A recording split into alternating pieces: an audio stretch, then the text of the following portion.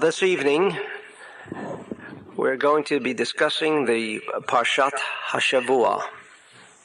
For those of you still not familiar with the importance of Parshat Hashavua, the study in the Bet HaKnesset or temple or synagogue to listen to this particular reading of the portion of the week, because that which is discussed within the Parsha will provide us with the energy that is vitally necessary for the coming week.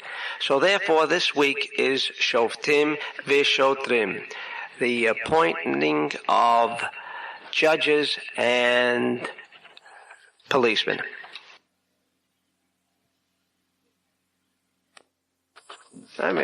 Judges, policemen. Shoter is actually policemen. And it's difficult to conceive that the idea of Shoftim V'Shotrim would mean literally what a policeman does. If he has to act sometimes in a form of police brutality. Right. This was the kind of people who would even want to be a policeman if he had to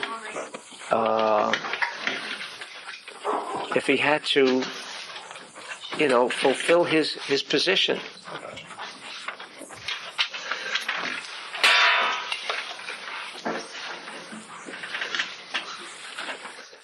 If he had to fulfill his position as a policeman, what kind of a chore, and who would want even that chore? Also mentioned in this week's portion, since we're dealing with judgment, policemen, obviously what follows then is the sentencing by the judges of the particular punishment if someone is guilty. And the Zohar says, Pikuda Batada, and the mitzvah, and he calls it a mitzvah. Can you imagine? A mitzvah, a precept, to judge, if necessary, the 4 types of death sentences, which include sayef, sword, chenek, strangulation, ladun bedin skila, stoning, and ladun bedin sreifa. And from the way the Talmud understood this form of death sentence, is taking a torch and literally opening up the accused and putting him to death through burning. Fire. I think I mentioned this once before, that I had a friend that always said that when he was looking for a pastime, to read a good murder story or a good sex story, he would open up the Bible. I don't have to elaborate on the many stories. As an example, Yehuda with Tamar, right? Yehuda, one of the 12 sons of Jacob, the chariot of the sign of the zodiac. And here, after his wife passed away and his 2 children passed away, and he sends Tamar away because he felt she was the kiss of death. In other words, she was married to 2 of his eldest sons, and when it came time for her to request that the youngest son also marry Tamar, he of course sent her away and said, let's wait until he gets a little older. And then out of despair, if we're going to take the literal translation of the Torah as it is written, he then, it says, went down and he announced that he was looking for a woman to go to bed with. This is a story written in the Torah. This is not one of some of those magazines, pornography and giving you this kind of stories. This is a story in the Torah. And when she heard that, she put on a veil so he could not recognize her. And he went to bed with her, paid her for it. This is the literal translation. And went back home. And the Torah continues that after a while, this is all in Genesis, after a while, Yehuda suddenly got word that Tamar had committed adultery. Of course, she wasn't even married, but she was actually destined, so states the Talmud, to marry the youngest son. So she's considered like she was married. And a woman of that nature should be put to death. And when she's brought before Yehuda, he tells her, what her sentence has to be. And she says, well, since he had not paid in money, he had paid with a signet ring. She says to the one that I had received the signet ring is the one to whom is the father of this child that I am going to bear. And the story ends. Like, what happened after that? Nothing. In other words, he was caught with his pants down, maybe, we caught him. And so how could he act in such piety and say, how could you have committed a sexual act that, even according to the Torah, was not even forbidden? There was no Torah to begin with. And here, he was going to mete out justice, the death penalty, burning at the stake as one of the 4 death sentences. How do we understand that particular passage? And also there are many other passages in the Torah that discusses different ways in different situations where the death sentence was to be meted out. It's also strange that there is another source in the Talmud that says, while all of these death sentences mentioned in the Torah were sentences that would be carried out in the event of certain cases, it never happened.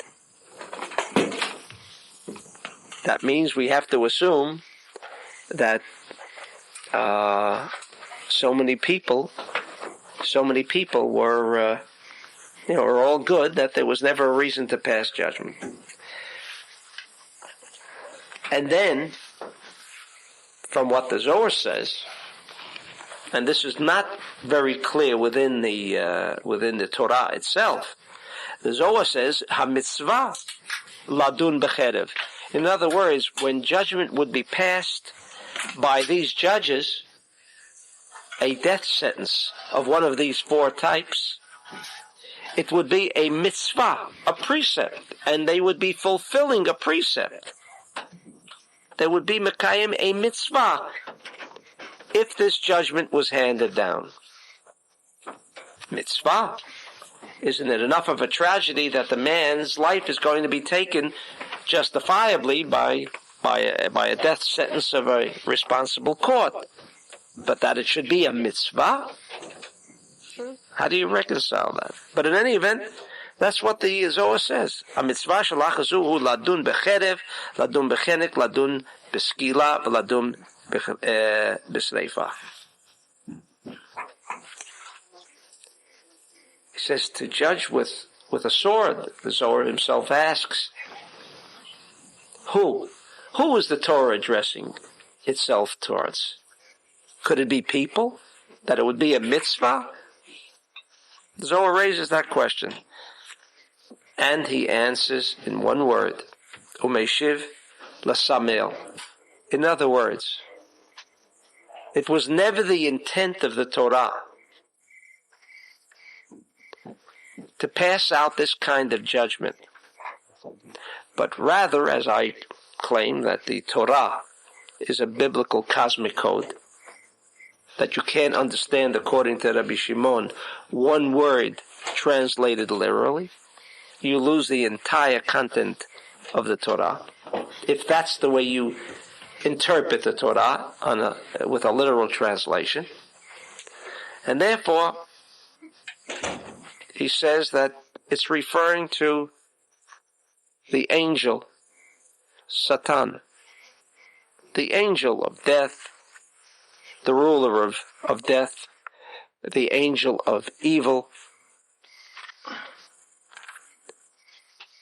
And he brings a pasuk, Kiroteh b'shamayim charbi inei al Edom tered. And this is referring to the angel, and he brings a verse to substantiate that the Torah is in no way referring to matters on a corporeal, physical realm, but rather to teach people how they can destroy negative energy intelligence. Whose negative energy intelligence? But that's what we're studying here. Because we know that there are two aspects. We learn that from Sukkot. We'll soon have that down on tape. We learn that from Sukkot. On Sukkot, there are two essential mitzvot, two essential commandments. I use the word commandment, but that's not really the translation of the word. But there are two acts that we have to perform on Sukkot. One is the Sukkah, and the other one is the Lulav and the Etrog. Why do we need both? According to the Zohar and according to the Ari. Because one is dealing with quantum cosmos. In other words, if I'm looking and I'm praying to the Lord to help me, He may help me in every which way, and that I have health restored, and I can support my family. All of my personal needs can be taken care of if I pray properly to Hashem. But then there's another aspect to be taken into account. What about the robbers around? What about driving on a highway? And my car is safe, and I've made certain that nothing could happen. But what about the other fellow who's also on the highway? Is there a way of controlling that I have my protection? It's another matter. I can ask for help, and I have help. But that doesn't ensure that you have that peace and tranquility, because there are other external factors that have nothing to do with you personally. A natural disaster is another example. Hashem may have taken care of all of your necessities, but natural disasters He didn't take care of. So on Sukkot, there are two aspects. The Sukkah, without getting into the details, takes care of that what I call the metaphysical DNA. In other words, where you're not going to be involved in an accident on the road due to no fault of your own.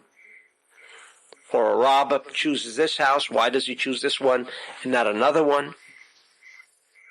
Is there so much planning that goes into robbery? It's like I said about the article in Newsweek, the front page of Newsweek, when most crimes are committed is between the hours of 5 and 7. That means there must have been a worldwide convention of all thieves, and they all decided that's the time we're going to commit robberies. Obviously not. There is a cosmic event. There's a cosmic force. We know what that cosmic force is.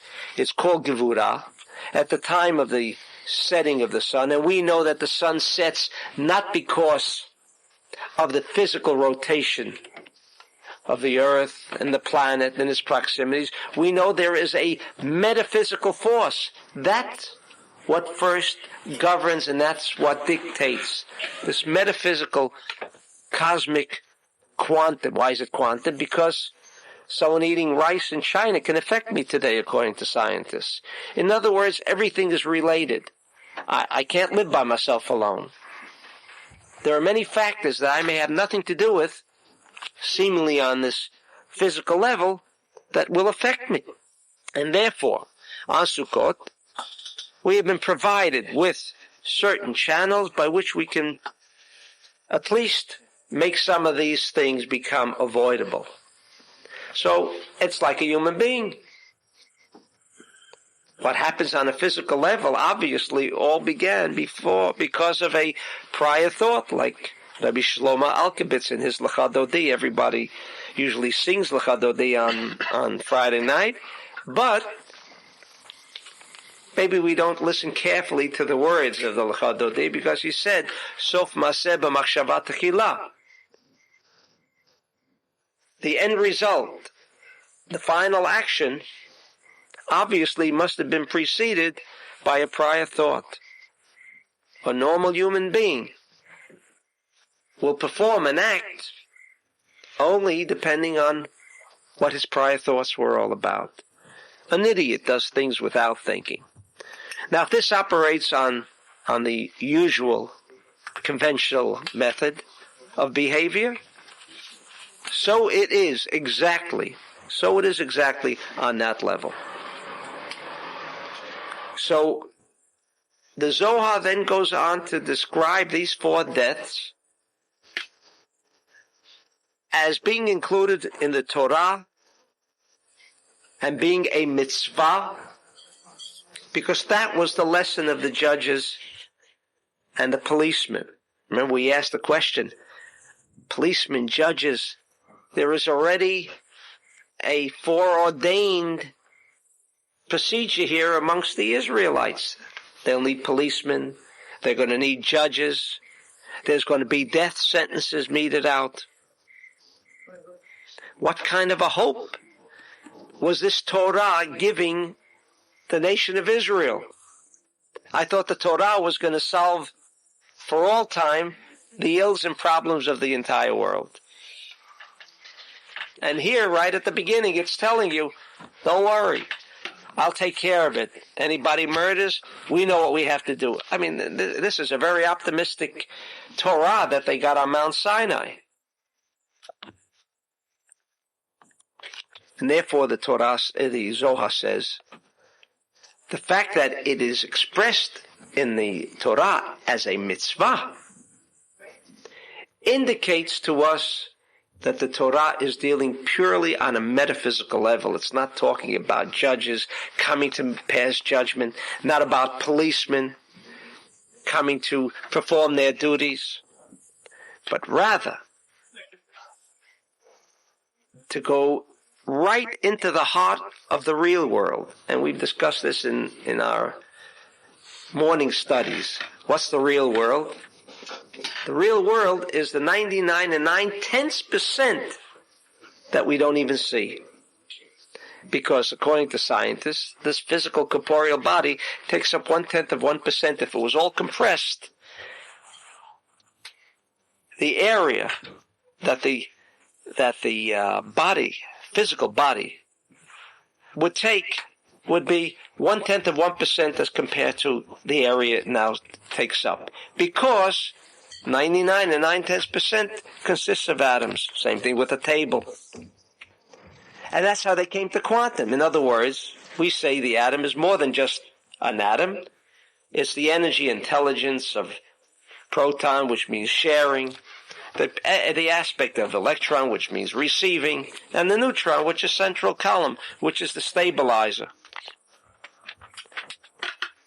That's what the Torah is discussing, because the action doesn't take place here.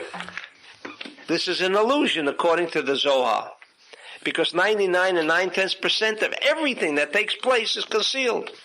The force of this table is the wood.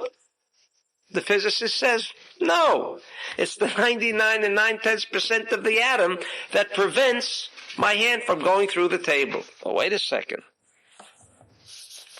My hand can move in the air freely. Well, why don't the atoms obstruct the movement in the air? So what is their answer? The old answer of the Kabbalah. The paradox that before something can be revealed, it must be concealed.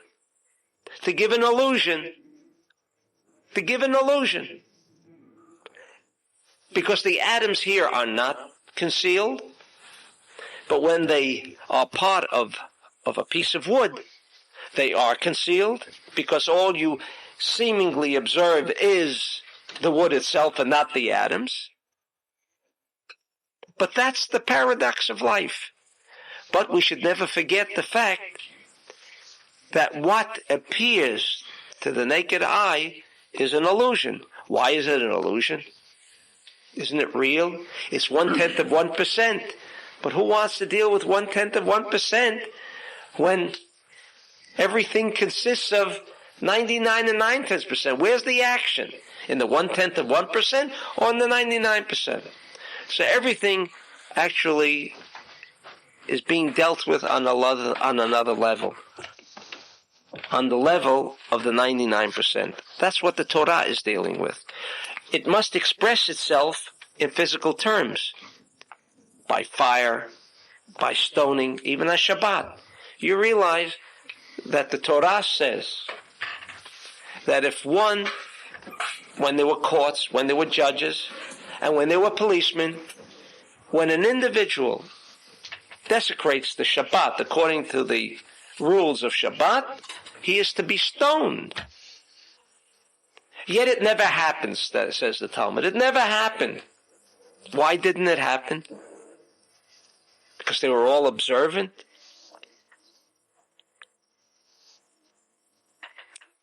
The answer is mitzvah. That word mitzvah, as you know, the word commandment is a corruption, unfortunately. That's the way the Bible is translated, precepts, commandments, of which the majority of the people now and then never observed anyway. It looks like a hoax, a Torah presented to a nation. They readily accepted it. And throughout the ages, everyone observed it. The Torah, from a physical point of view, from its literal point of view, seems to have foresawn that it'll never work out. They're going to be murderers and thieves and so on. So the word precept, commandment, was never in the lexicon of the Torah. What was it then? For those who know Hebrew, the word mitzvah, its origin is tzavta, togetherness. It's a Hebrew word, tzavta, in Israel. There are clubs called tzavta. Tzavta, beautiful word. Togetherness, connections. That's the real meaning of that word, where the word commandment came, wherever it started. When it started with commandment, it started precept. Now we're talking about religion. And that's also a hoax. Because what do you mean religion? You know, we have to maintain our Jewish heritage. Who holds like that? How many people adhere to that? But that was never even the intent. It was not given for religious purposes. It was not given for a heritage. It was given for the purpose of improving our well-being. That was the only purpose. In fact, that's what the Torah says. You want to choose life? Follow the Torah. You want to choose life? Follow the Torah. But what about all of the other things that are mentioned in the Torah? Therefore, the Zohar states here concerning these four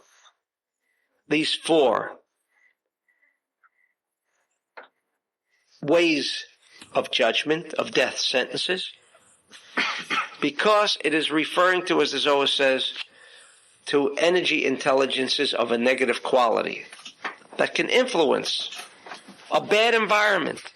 You know, we speak of environmental problems. In other words, even though I may be good, but other people are polluting the environment. Pollution of water. Fish can't live there anymore. Trees, acid rain disappearing. There's an environmental problem. What does it mean, environmental problem? Where does it come from? It comes from the accumulation of negative human activity. So states the Zohar. Because we run this universe. We. And whatever happens in the universe is a direct effect from a cause that begins with man. If he operates on a negative, on the basis of negative activity, there's negativity all around us. So how do you get rid of that negative activity? There's a cosmic negative activity. I personally am good, assuming I'm good. But what about that which is all around me, caused by everybody around me? Isn't that going to affect me? So the Torah gives you 4 ways on how you can pass out a death sentence on what? On people? No. On negative energy intelligence. The real stuff.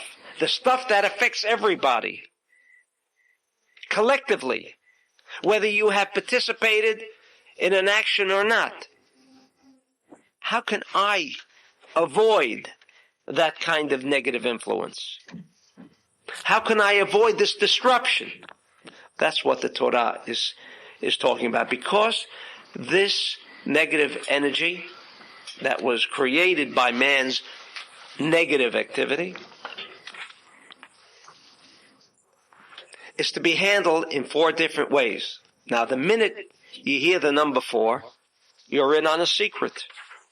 You're in on the secret of the Bible. Why did they have 5? There were no other ways of how to mete out a death sentence? The electric chair. Maybe they didn't have electricity then, you think?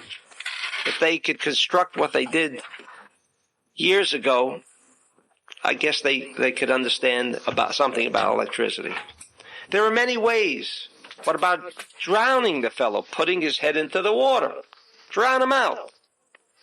Not one of the ways of passing out a death sentence. The moment we see 4, we have to understand from the code that 4 represents the Tetragrammaton. How simple could it be? If you don't know about the Tetragrammaton, about the power of the Yud Kei Vav Kei, then obviously you're going to raise a lot of questions, the questions we raised tonight. But the Zohar says, Cherev Dekucha B'dichu Yud Reisha Decharaba.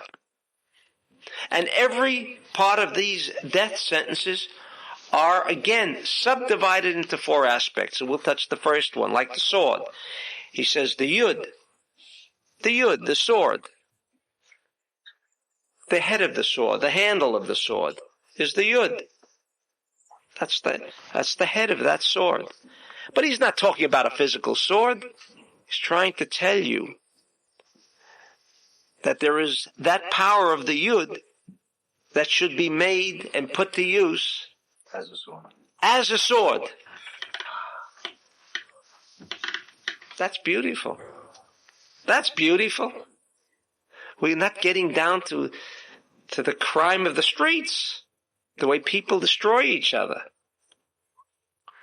And that's the way judges would pass judgment.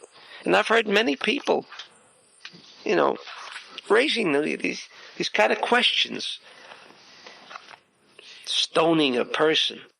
What a cruel way to, if you want to get rid of the guy deserves a death penalty. Can't you do it in a humane way?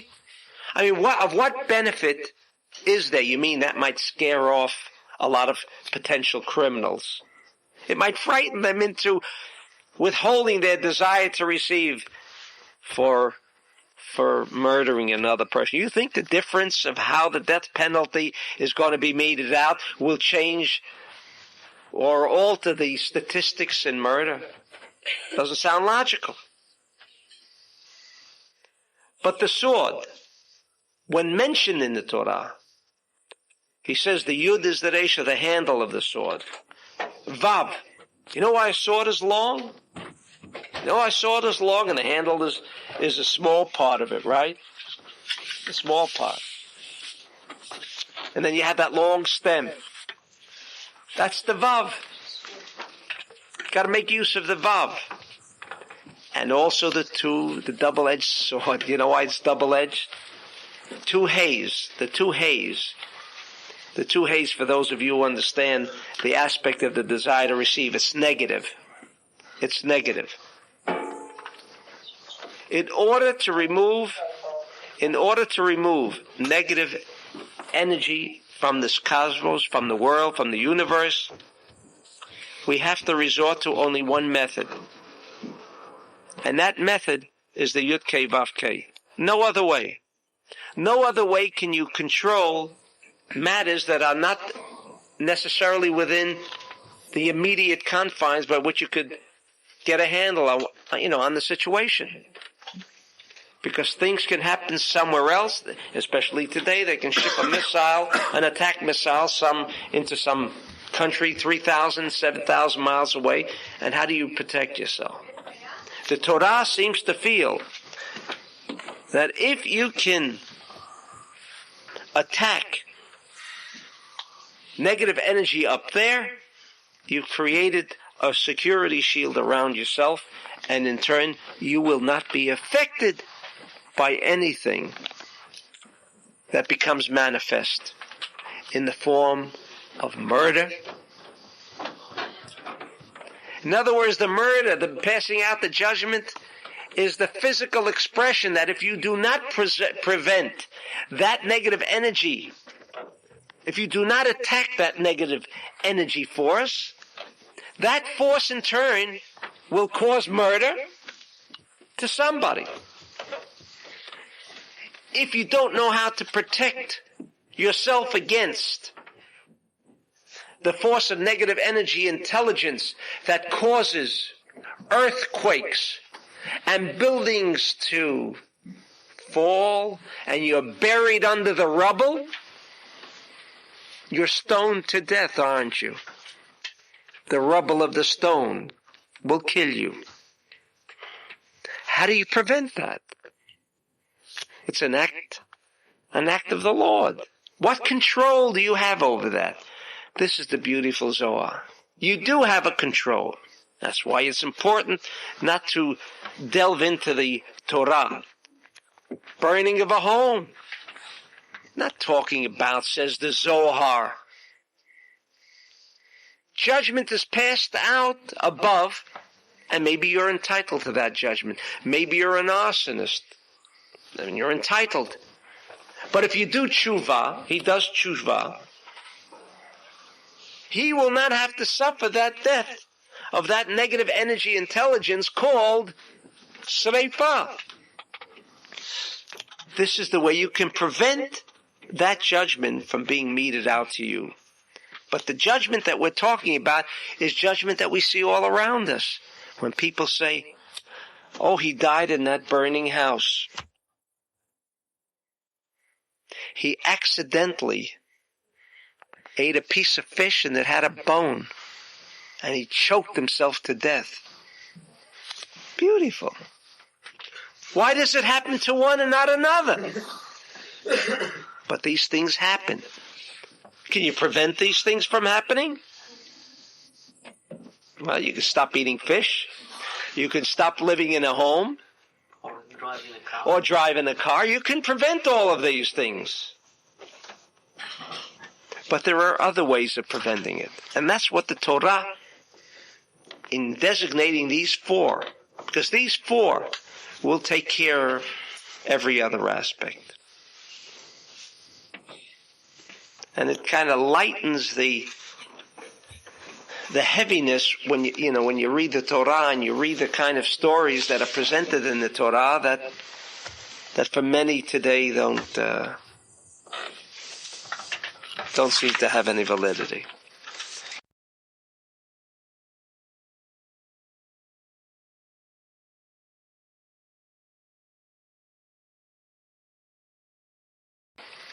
All right, that was one section, and I want to take the second half of this lesson, which actually deals with Rosh Hashanah. Rosh Hashanah and Shoftim, for those of you familiar with this portion of Shoftim, There is nothing in this week's portion of the Torah that deals with Rosh Hashanah. Read it backwards, frontwards, and you will find nothing on Rosh Hashanah. And yet, I can tell you that if you decide to read the Zohar, we've got about 6 pages on Rosh Hashanah,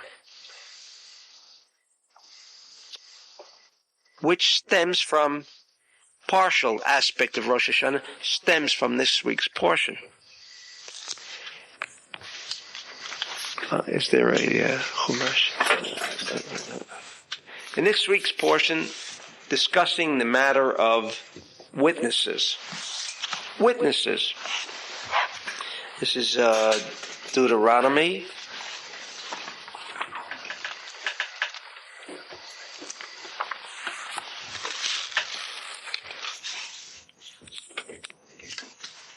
Chapter 19 and verse 15.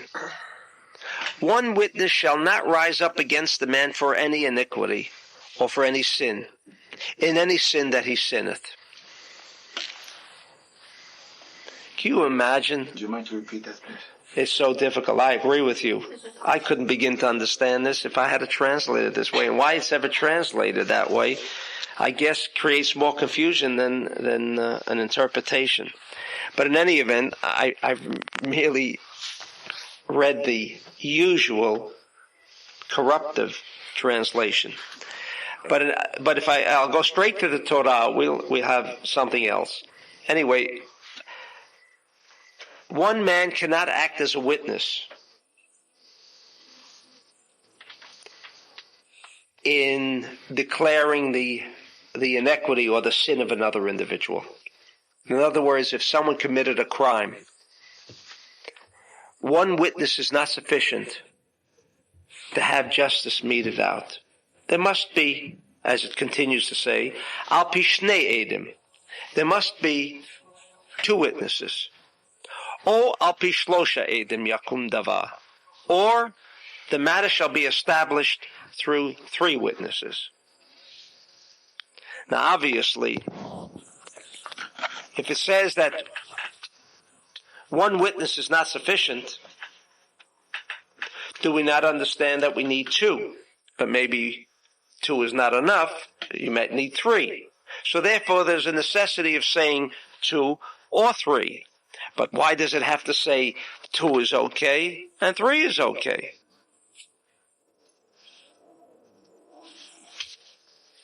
I can tell you that there is a Talmud containing about 140 pages that discusses this matter at length.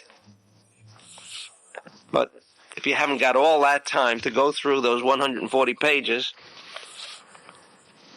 because the Talmud deals at a level which is the level of the illusionary physical reality, because things of crime do occur and has to be dealt with. And so the Talmud makes every effort, but certainly not from this one sentence, but they themselves read into the deeper meaning, even the Talmud, which deals purely on a physical reality realm, goes to great lengths to interpret this one verse so as to ensure that proper justice is meted out. The Zohar doesn't really need that much, because not that the Zohar in any way surpasses the Talmud, or that the Talmud is inferior, but rather both are dealing on different levels. One is dealing with the illusionary level, the corporeal level, and I say illusionary because I'm a firm believer in physics. They say that whatever anybody sees, that's what it is. And if 2 people see the same thing and both claim they've seen something else or different than the other, they're both right. So you can imagine you can imagine the confusion that can exist on a physical level. So the sages of the Talmud, with their infinite wisdom, took everything into account, and that's why from this one verse there was a requirement of expanding. The physical reality is so illusionary and confusing because it's illusionary. But once you get into the real world, the reality realm, the 99%, not the one we are maybe unaccustomed or that we don't deal with regularly, the real world is not confusing. So the Zohar, in several pages, can explain and interpret this one verse concisely, precisely, without confusion, no disagreements. In fact, it really boils down to some essential disciplines that we can all, in fact, even agree, because when it comes to any matter that deals with the physical, corporeal reality, nobody can ever stand up and say, I'm right. No. According to the Talmud, there was a quarrel between Bet Shammai and Bet Hillel. One said permitted, one said forbidden, and this concept that today is quantum was known to the Talmud a long, long time ago, long before these physicists became confused. Only in their confusion did they come up. If they're confused, then everybody's confused. You know, it reminds me of a story they tell about this peasant who worked on this in Russia on this lord's farm, and he was Jewish, and he was amongst 200 non-Jewish peasants that worked for this lord. And the Lord was going away for a couple of weeks, and the other non-Jewish peasants figured, well, this was a good way to have some fun. They got this mushkin, that's the way they used to call him, took this mushkin, filled him up with a little liquor, didn't know where he was, and carried him into the Lord's bed. He wakes up in the morning, and can't believe what he sees. He is lying in the Lord's bed. Gives himself a pinch. He feels it. Seems like he's in the physical reality. But it can't be. He knows it can't be. How he got there, he doesn't know, but he knows it can't be. So he rings the bell, because he at various times was the butler for the Lord. Rings the bell. In come 3 butlers. What can we do for you, my lord? Can't believe this. Okay. He says, bring me breakfast in bed and get my clothes ready. Yes, sir. All happens. Then he knows that the Lord, right after breakfast, would take his daily horseback ride, which he could also do. Gave his command, and there was the Lord's horse. And this goes on a couple of weeks. But he's enjoying it. Not so bad anyway. One day he goes into a room that he didn't recognize. Never saw it before. We would call it the library. Goes into the library and starts to observe there are things like this. He doesn't even know what this is. Picks it up. Goes this way, goes that way, turns it upside down. He can't make head or tail because he doesn't know how to read. He never read in his life, never saw a book. He says, now I know that I'm not the Lord. Because if I was the Lord, I'd be able to handle and deal with these things. But then on second thought, even if I wasn't the Lord probably couldn't read this either. So that makes me the same like him. He can't read, neither can I. And that's how he proved he was the Lord, you see. Because nobody else could read. That's what I say about physicists. It's become so confused. Why are things so confused? I had to tell you what they say about the universe. It's a free universe. Everything goes that even if you, to the point that if you commit murder, you can go and tell somebody the one you thought you saw is not me. Getting back to the Talmud, it said that Bet Shammai and Bet Hillel, one said forbidden, which was usually Bet Shammai, and Bet Hillel, who said it was permitted. And the Talmud says, Elu ve'elu divra lekim chayim. They're both correct. How can they both correct? Either yes or no. Both are correct. The Talmud doesn't raise that question, but the Zohar does.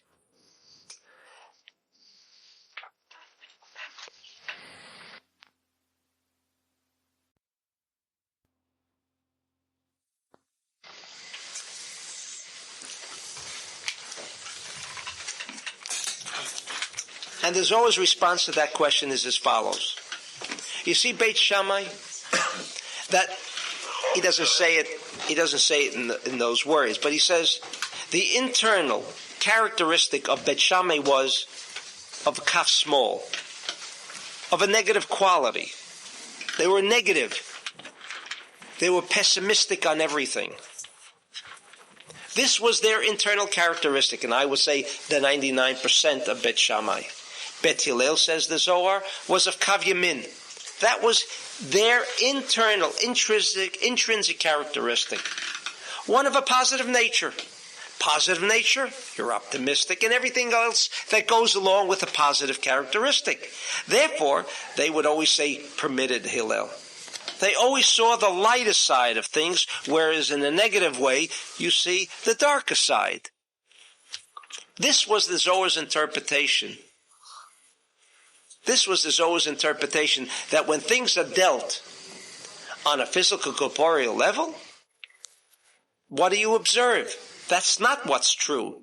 The internal characteristics, that's the real world. The stuff you don't see with the naked eye. The stuff that even your mind, the conscious mind, cannot even observe. You need an altered state of consciousness to be in another place. But if you're stuck and your feet can't get off the ground, then you can never appreciate that other realm, that beautiful realm, the real realm. Therefore, the Zohar, which deals with the real world, the world of metaphysics, the 99% of existence, in everything. And so, in dealing with this particular verse, the Zohar says, again, a precept, Mitzvah zu hi le'id edut bebet din.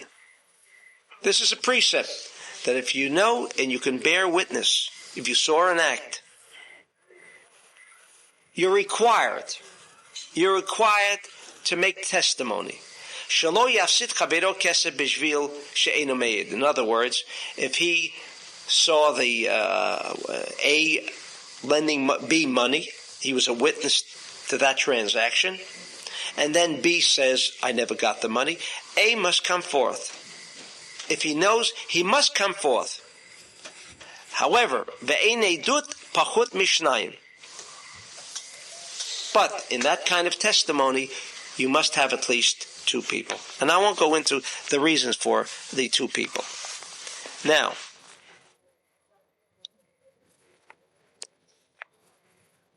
what about the fact that it says, O al pi shlosha edim yakum davar?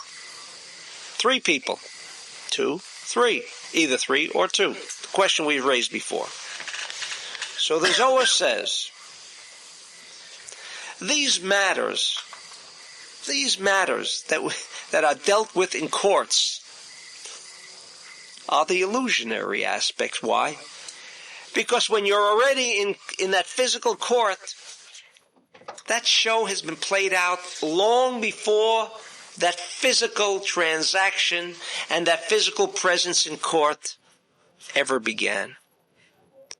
It's no different than the way we think and do and act. What comes first?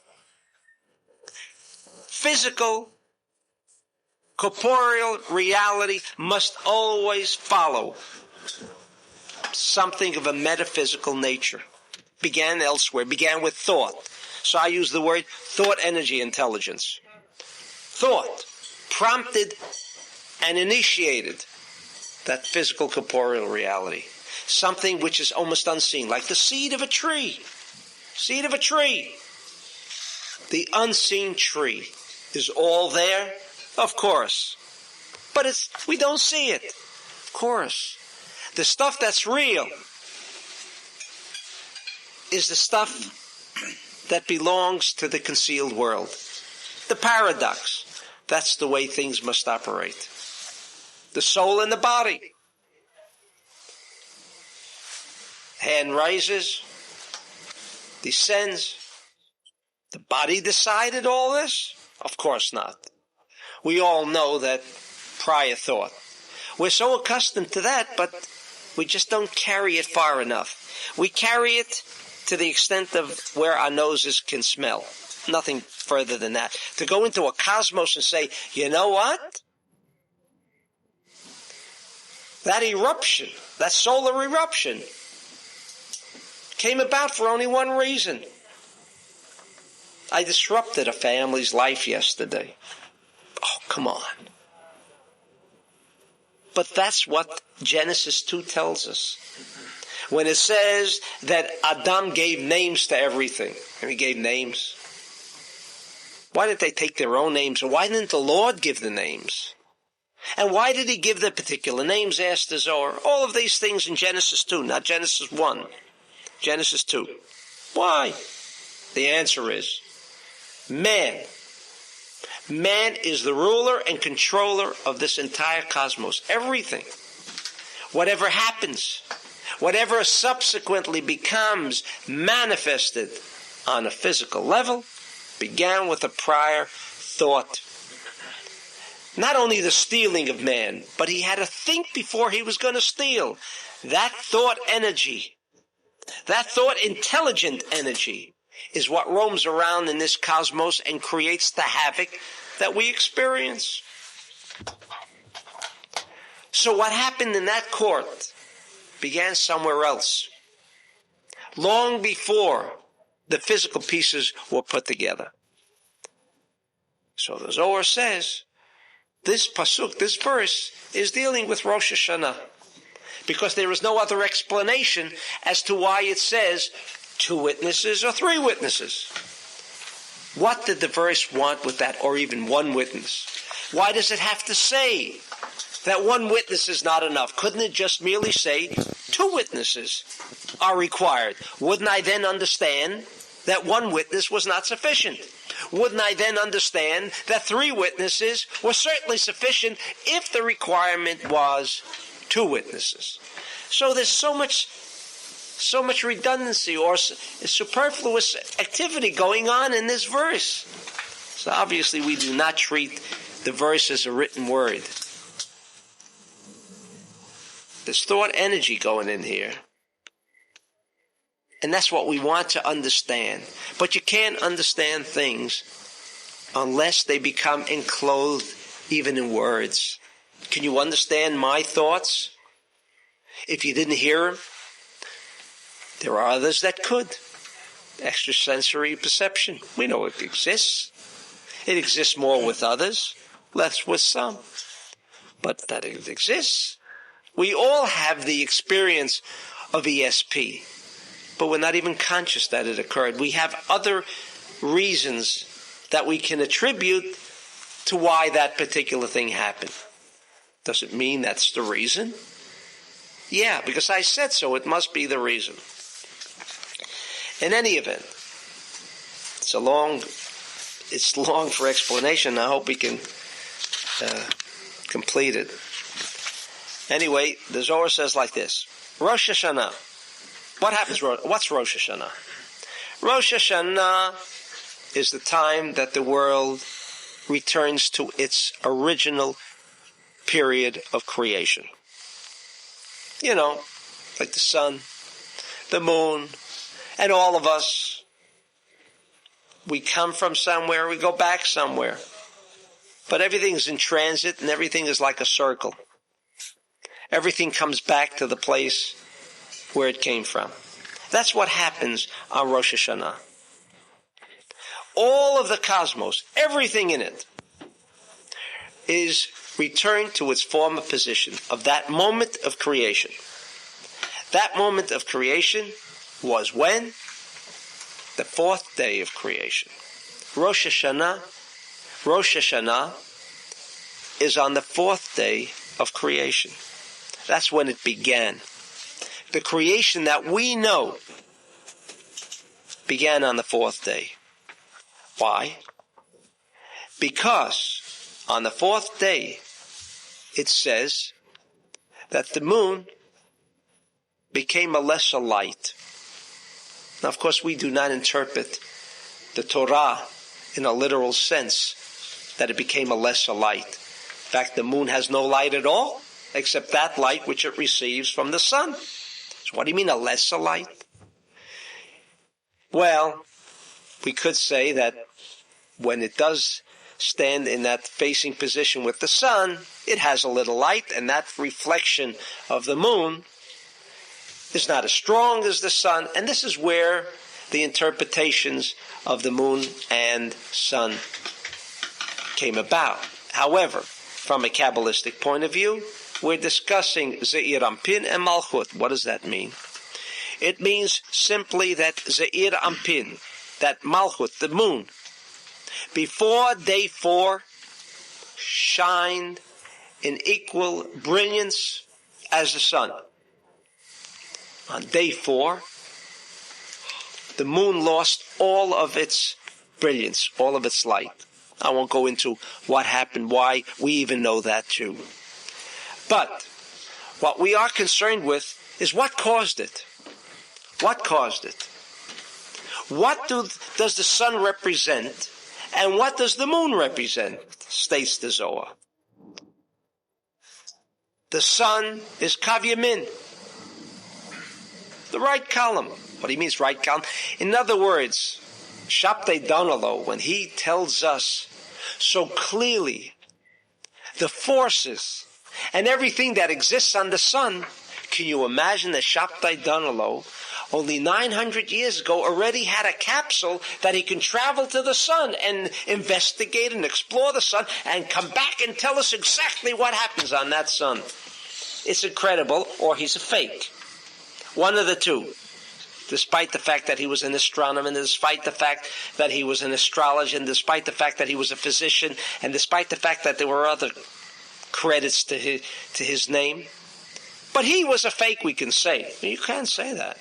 But in any event, this man stated, and he learned that, and he did contact the sun. First of all, if there's extraterrestrial intelligences on the sun, so what's so difficult? Why can't we talk to them? If I can talk to you, I can talk to the guy on the sun. In any event, the sun is characteristic of the right column. Why? It's the energy provider for the universe. That's in fact why Shabtai Danalo tells us why all planets rotate around the sun. Now we should even raise that question because it has not been raised yet in science. Maybe another 500 years they may even begin to question, why do all the planets rotate around the sun? Anyway, Shabtai Danalo told us because they're all looking for their nourishment. You know, you ever see cats with a piece of meat? Everybody flocks to the place where you can get your bread. That's how simple Shabtai Danalo declares the energy intelligence of the sun.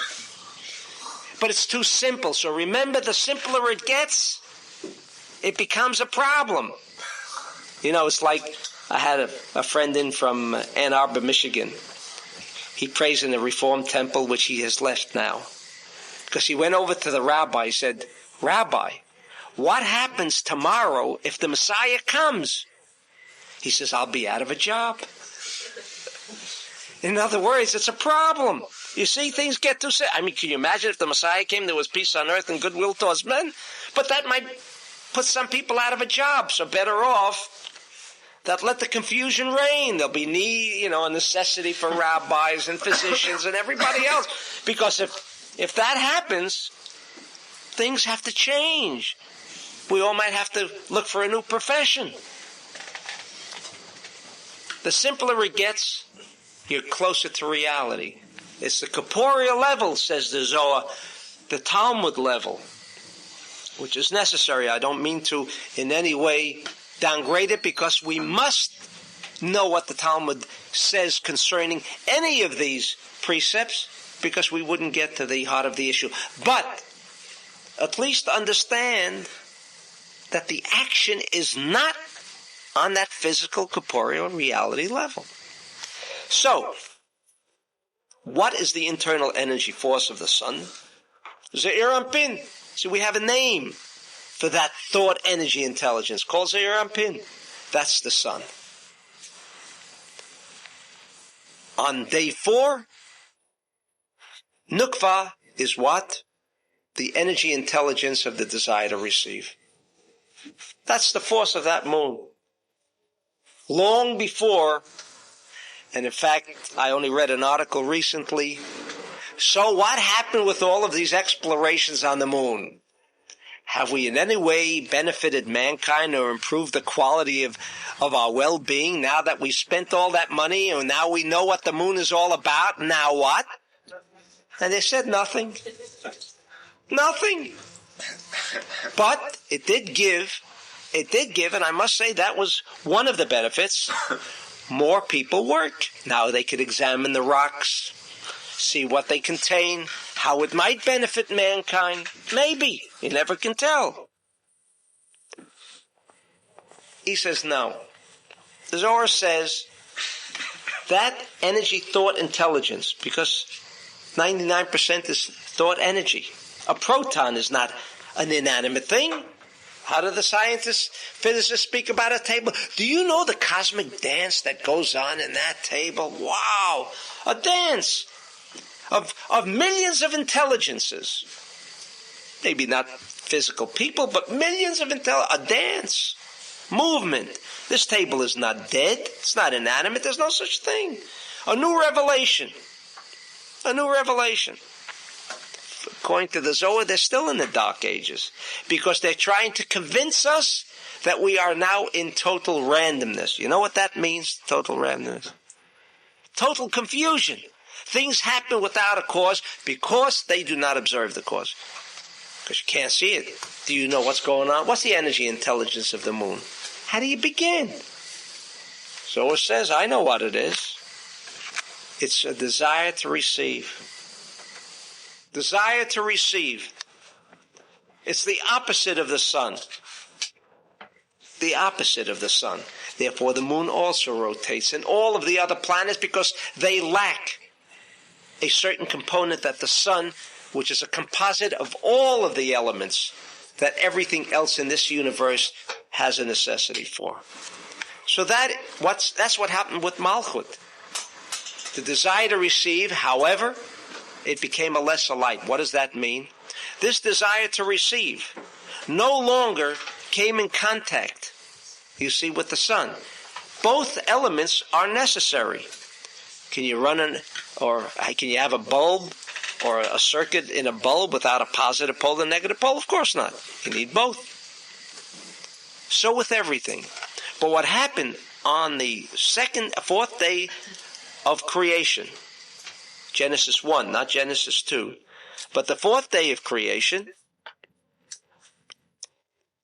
Malchut, which was representative and symbolized and contained the energy, thought, intelligence of desire to receive, left column, became black. Why did it become black? Because it had no contact, you see. It had no contact with the sun. That's why the psalmist says about Rosh Hashanah, the first day of Rosh Hashanah, Bekesa liyom chagenu. This is the verse recited all over the world for those who still attend. The word Tiku b'chod shofar. We should laugh because 60%, 70% no longer have any affiliation. They're all wrong and we're right. Those who attend are right. You know, it's like I say about the insane and the sane. You'll read in that new book I'm putting out the difference between the sane man and the insane man. You know, the sane guy, He's the guy who prepares his vacation 6 months in advance, right? And flies off and there's engine trouble and he sits on the plane for 7 hours, right? He finally gets to the hotel where he's reserved on the Riviera, a front view of the Mediterranean, but due to an overbooking, they give him the room in the cellar, right? And what is he going to do? And he comes down to the dining room. He happens to get the worst waiter, who the first day pours, a bowl of soup over him. You see? And he finally gets back. After 3 weeks of vacation, he finally comes back, right? Whereas the insane guy in that mental institution, he's ordered his chauffeur to take him to the Riviera. He pulls up. This is all in the mind. It's all in the mind. He pulls up at the hotel. What a reception. Seven people come out because he's arrived. He gets the best room in the house, obviously. Served like a king. What could he expect? No plane problem. He decided he had enough of the vacation, no reservations. He's back. And now what are the doctors trying to do? They're going to have to see how they can destroy that piece of tranquility to get him back to normalcy, you see. Right? What's right, what's wrong? What's right and what's wrong? It becomes a little confusing, like the physicist says. It could be confusing. In any event, this is what happened on day one. The internal energy intelligence of the moon, which was negative, no longer could tap its source of energy, which was the sun, which was the Irampin. Sun is only a physical representation to give us an idea. Everyone can understand there is a force in this universe which is just giving. What does the sun take from everybody else? Well, we can kind of agree it takes nothing. All it does is it shares and distributes its own energy, right? And therefore, on Rosh Hashanah, I won't go through it because it's all down on the tape. I'll have to skip part of it because I want to get to the essence.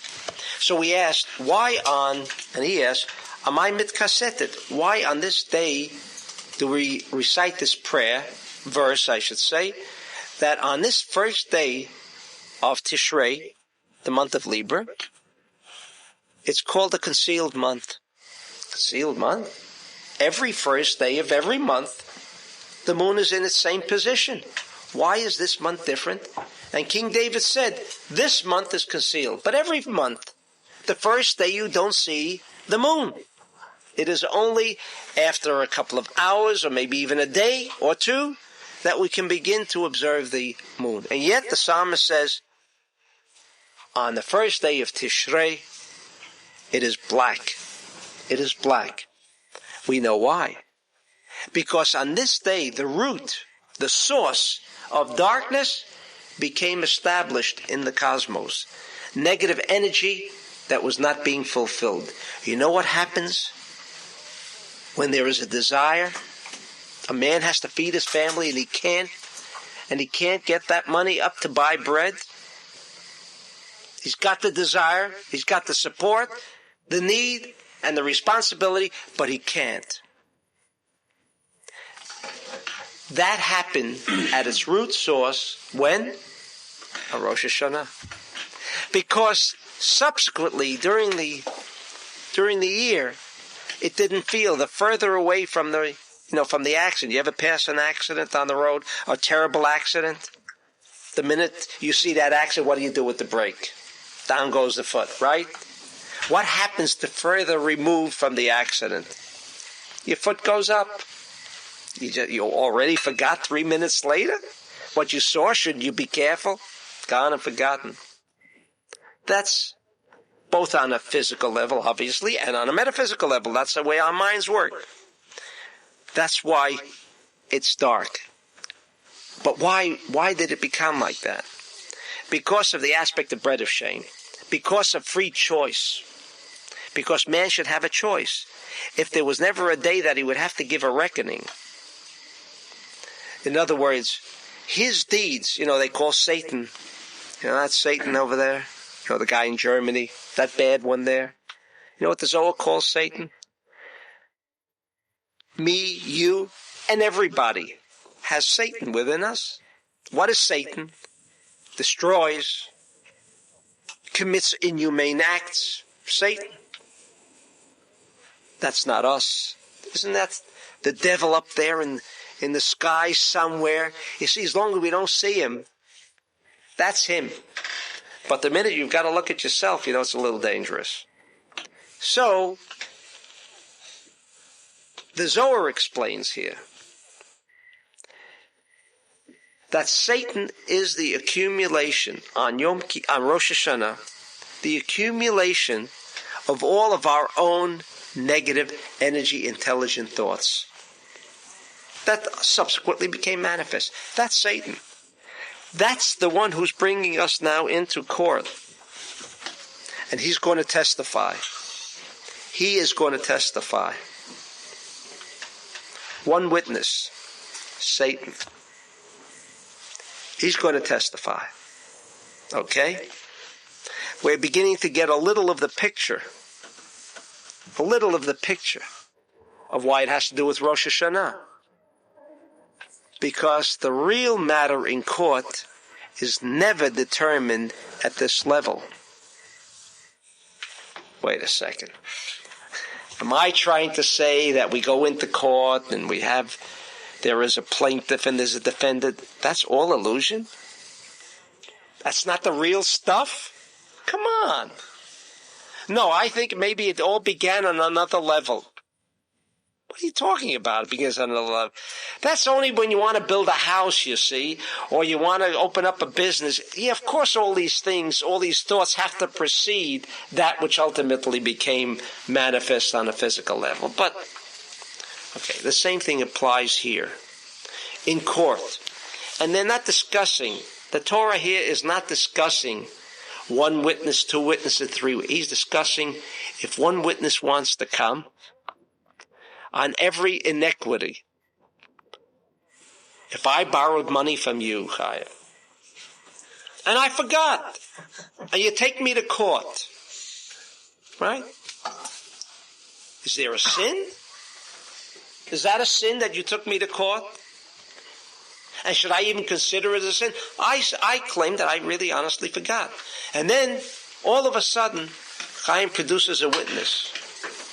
And then, whatever has to be determined will be determined. Right? Why does the Torah say, L'chol avon? Raises the Zohar the question. Is that an inequity that you take someone into court? It's true. Rabbi Isaac Luria would never take anyone into court. I can't imagine why. But he would never take anyone into court, no matter what. Wouldn't go to court.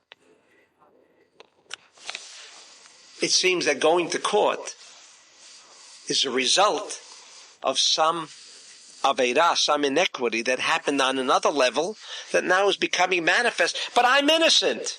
I didn't do anything wrong. Don't we all say that when something happens?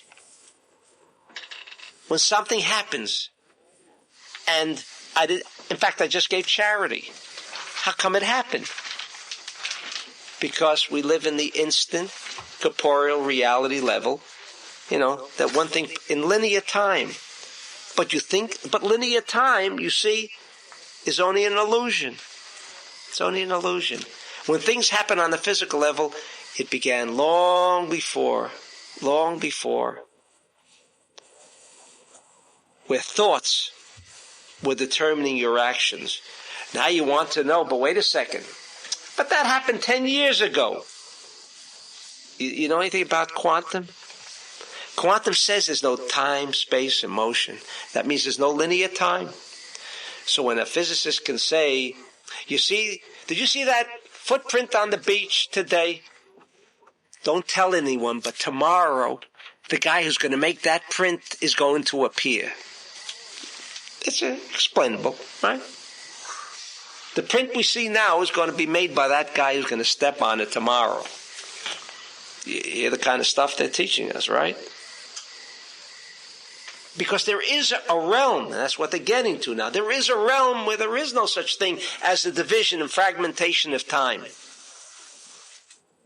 It's all present at the same time, except because we live in this corporeal reality, things ultimately become manifest and have to become manifest that way. So this witness, Satan, lo yamus al pi ed echad. It says here, on every iniquity, you cannot pass judgment because of one witness. In other words, Satan says, look, here's all the prosecutor comes, here's all the inequities of this person. You know what has to happen. Put him right into the book of death. On Rosh Hashanah, the world is judged. But afterwards, through the Tekiyat Shofar, which creates a particular missile that is going to remove that negative energy, thought, intelligence that we created throughout the year, which stems from the central column. If you could begin to see a picture in advance, the minute they said 2 or 3, there could be 2, and there could be 3. In fact, only recently did I learn, the hydrogen is only of 2 elements, and the atom is of 3. It seems like there's 2 and 3. What does all that mean? It means only what they can observe. But if you discuss thought, energy, intelligence, then you know why there's a hydrogen factor and there's an element called atom. But in any event, at that point, when we blow the shofar, we cause a separation of Samael min HaMalchut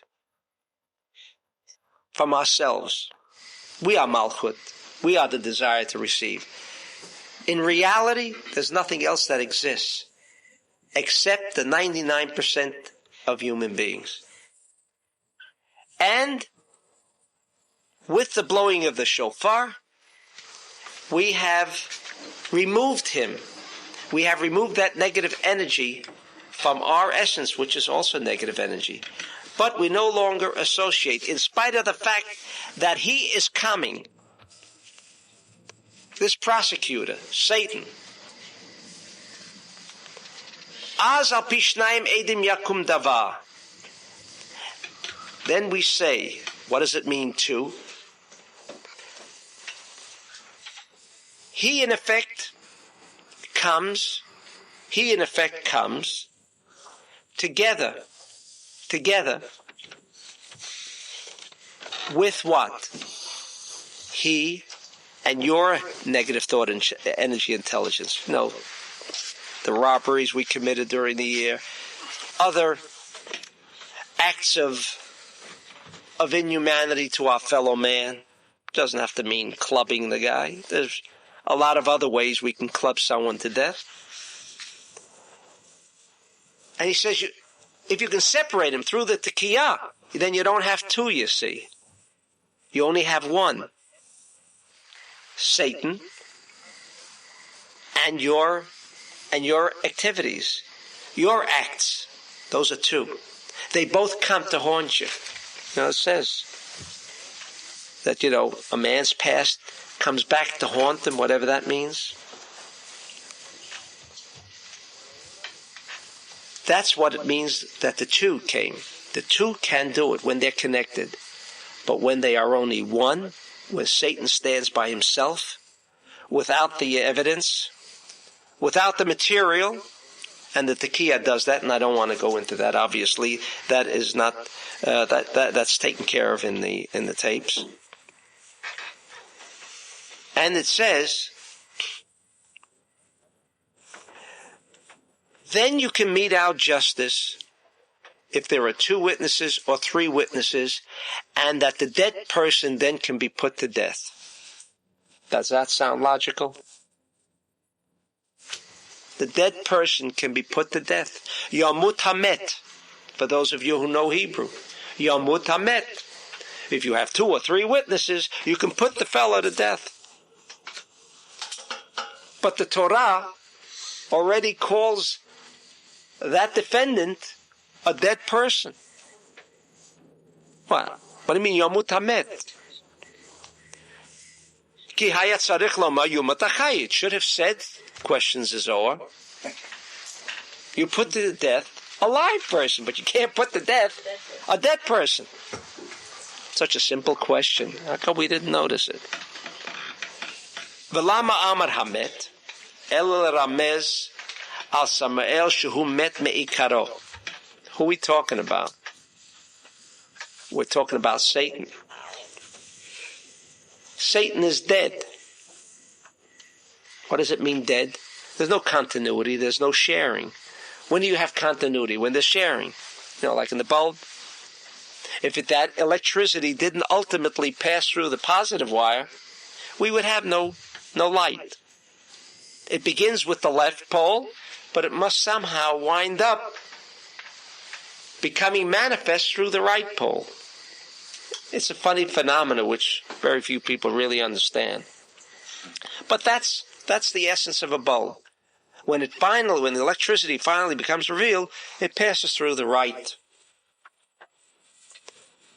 Because it's continuity. The Torah wants to tell you that dead individual, because what is Satan? All he can share is what? Death. Because he himself is only death. There is no life. And therefore the Zohar knows that what we're talking about here is about Rosh Hashanah. We are not talking about a matter in court. It's discussing elements that bring those matters into court. At that level of the real reality.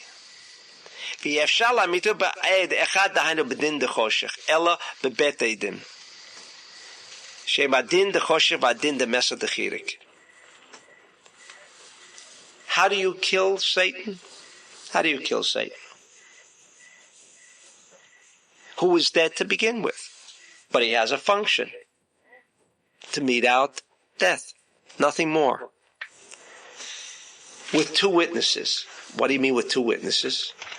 You're going to kill. In other words, we're not even talking about someone in court who committed a crime. We're talking now about how we can remove Satan. That's why this all has to do with the aspect of meting out judgment. We're nothing in the Torah, another aspect of the Zohar, which deals only with what goes on up there. How you straighten matters out. Up there is how you straighten out your matters and your life down here.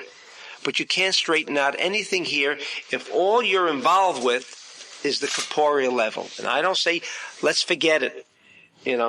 Close up your business. That's not what we're talking about. But to recognize just that corporeal level as the reality, then you lost the show. You're not in control. You're in effect, like everything else at this level. And therefore, there's only one way. You have to have two witnesses. What are the two witnesses? One is of a sharing, and the other one is the restriction. And you learned in the Talmud Sefirot, how do you create circles of life energy, not death energy? Death energy, if you don't have a central column, if you don't have the filament, you cause death to that energy. The electricity came in. It wants to share. It wants to light up the room. What did you do to it? Without a filament, you killed it. We even use that expression, kill time. You kill a drawing by adding or matters that we use that expression. Here too. You want to kill it? You've got to use two witnesses, the two aspects, the right column and the column of energy. Well, how does Shlosha Eidim? But he also said about three, right? He said two or three. Also dealing with an energy level, and I'll leave it because for most of you didn't learn yet about there's closed doors to the warehouse of energy, and there's automatic open doors. Sometimes you don't have to open the door. You just step on the floor, and I don't know, some contraption there moves the doors open, you don't even do anything. Sometimes you have to reach out, right? At another level, you don't even have to reach out. Things just open up for you. Some people have to make extra effort, but when you use the 3-column system, when you're using these 3 witnesses, 3-column systems, in other words, you are taking the negative attitude. In other words, it's not a question of restriction. It's not a question of sharing, which are the 2 elements that can put an end and a stop to the roadblock. That's why I say in the tapes, we got to reach that energy store called Binah. And Satan puts up the roadblocks, so you can't pass through. And you don't get there, you don't get your energy for the year. So, the Tekiyah, through that system, we remove the roadblocks. That's a lot of work. Because you make use of the right column, the sharing, and restriction. In other words, not everything in this world do I want. Restriction. But then there is another 3rd element. That you want everything in this world. Everything that you see you want. But you want it for the sake of sharing. That's different than just sharing, you see. That's different than sharing because, let's say if Rockefeller gave away a $50 bill, it's sharing, but you couldn't say he wanted those $20, and in spite of that intense desire to take that $20, he still shared it. That's the 3rd element. When you open up the 3rd element, when you operate on that 3rd element, things become a lot easier. The doors open up. That's the expression. There's menulah or the miftacha. There's 2 kinds of doors. Some that you have to work to open up, and some you just come to the door and it opens up. So let us hope we have a good year and we have our doors open for us wherever we have to go. Amen. You want to say?